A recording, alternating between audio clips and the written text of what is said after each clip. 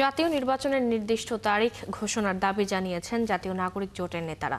সকালে রাজধানী জাতীয় প্রেস ক্লাবের সামনে সমাবেশ করেন তারা। এ সময় তারা বর্তমান সরকারের উপদেষ্টারা যেন আগামী নির্বাচনে প্রার্থী হতে না পারেন সেই দাবিও জানান। সমাবেশে দেশের সাম্প্রতিক রাজনৈতিক প্রেক্ষাপট, জুলাই আন্দোলনের উদ্দেশ্য, ফ্যাসিস্ট আওয়ামী লীগের দুঃশাসন সহ নানা বিষয় তুলে ধরেন নাগরিক জোটের নানা পর্যায়ের নেতা ও কর্মীরা। সমাবেশ শেষে সংক্ষিপ্ত বিক্ষোভ মিছিল করে দলটি।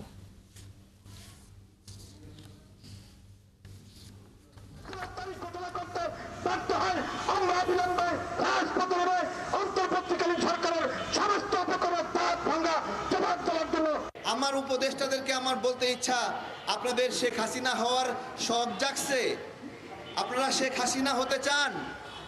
শেখ হাসিনা যেভাবে নিজেই নির্বাচনের আয়োজক, নিজেই নির্বাচনের প্রার্থী, এটা হতে চান।